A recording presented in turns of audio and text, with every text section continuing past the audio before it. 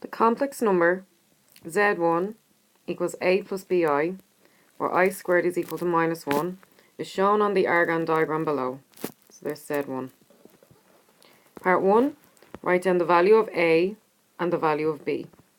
So the value of a and the value of b.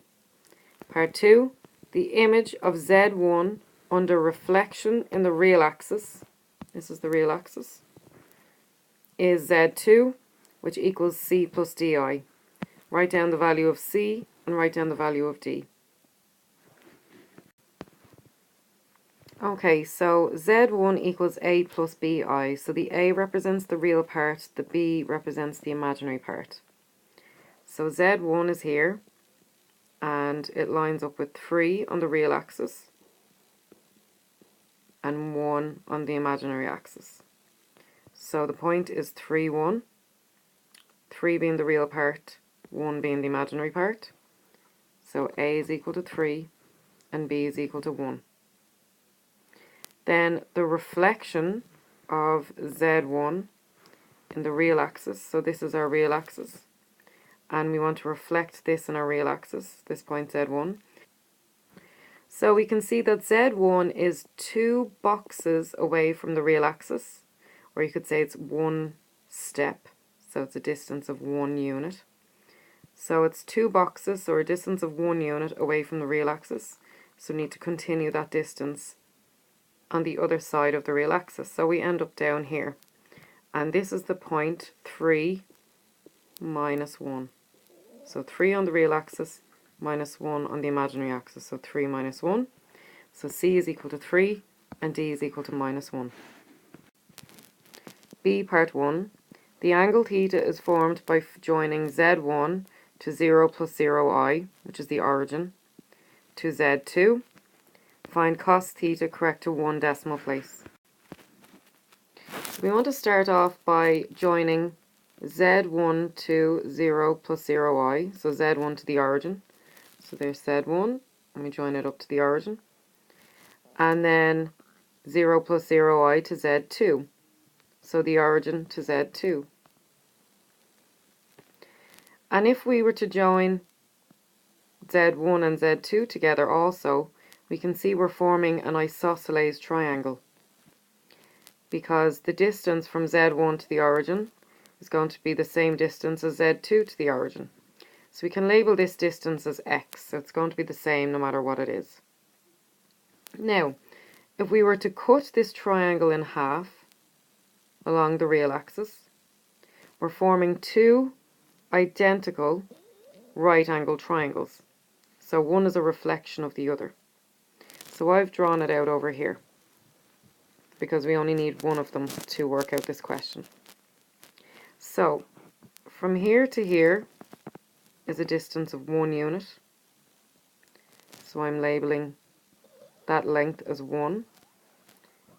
From here to here is a distance of 3 units. So I'm labeling the base of my triangle there as 3. And from z1 to the origin, I'm just going to have that labelled as x. So now I have a right angle triangle. I could have done the same with the bottom triangle. I get the same answer either way. So I'm going to use Pythagoras' theorem to try and find the value of x.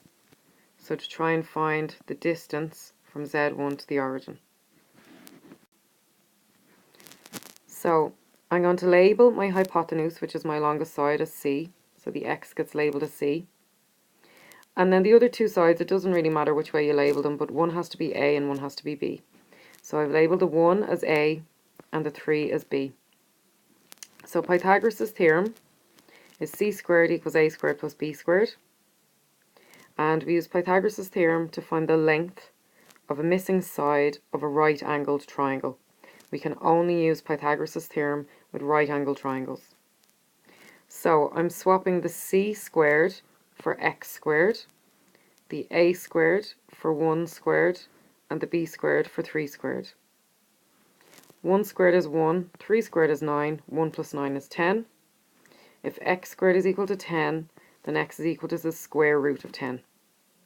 So the distance from z1 to the origin is the square root of 10.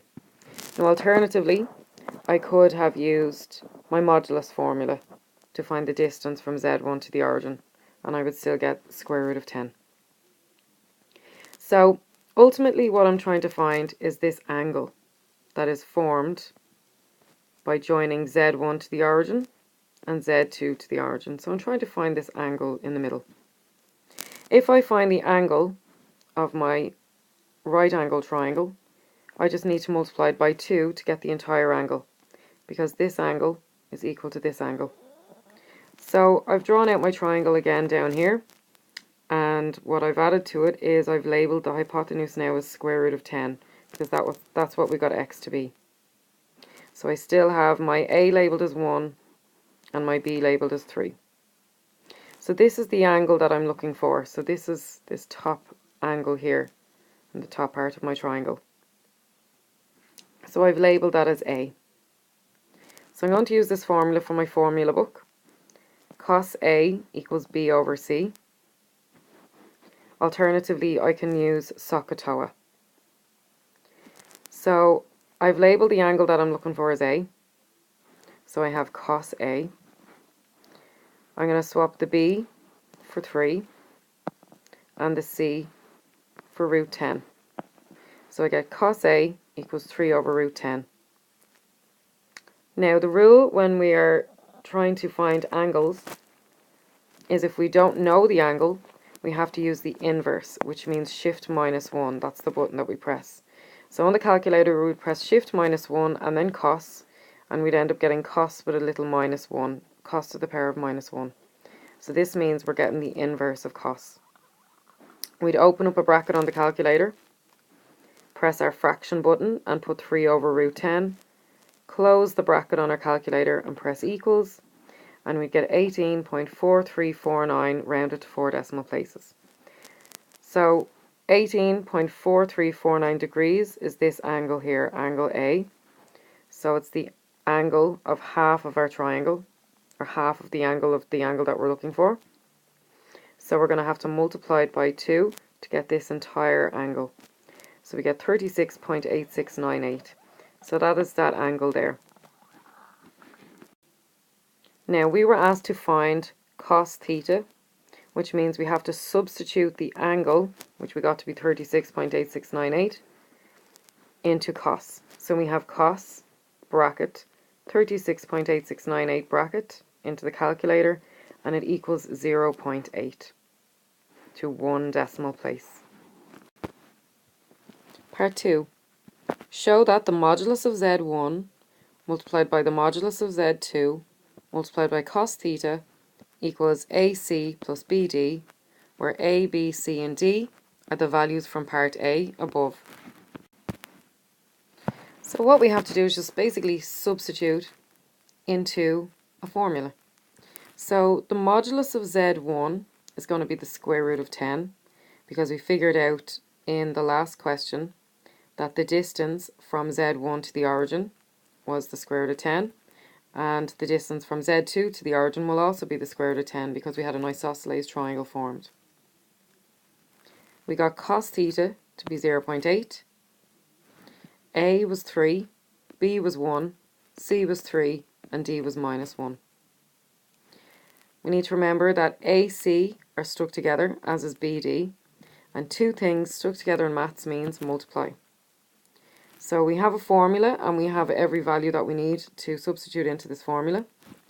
So the modulus of Z1 is root 10 multiplied by the modulus of Z2, which is root 10, multiplied by cos theta, which is 0.8, and that gives us 8. So root 10 by root 10 is 10, and 10 times 0.8 is 8. So then we have AC plus BD. So again, A and C are stuck together, which means we multiply. So A was 3, C was 3, so 3 by 3 is 9. And then B and D are stuck together, so we multiply. B was 1, D was minus 1. 1 multiplied by minus 1 is minus 1, and 9 minus 1 is 8. So 8 is equal to 8, equation balances. So the modulus of Z1 multiplied by the modulus of Z2 multiplied by cos theta is equal to AC plus BD.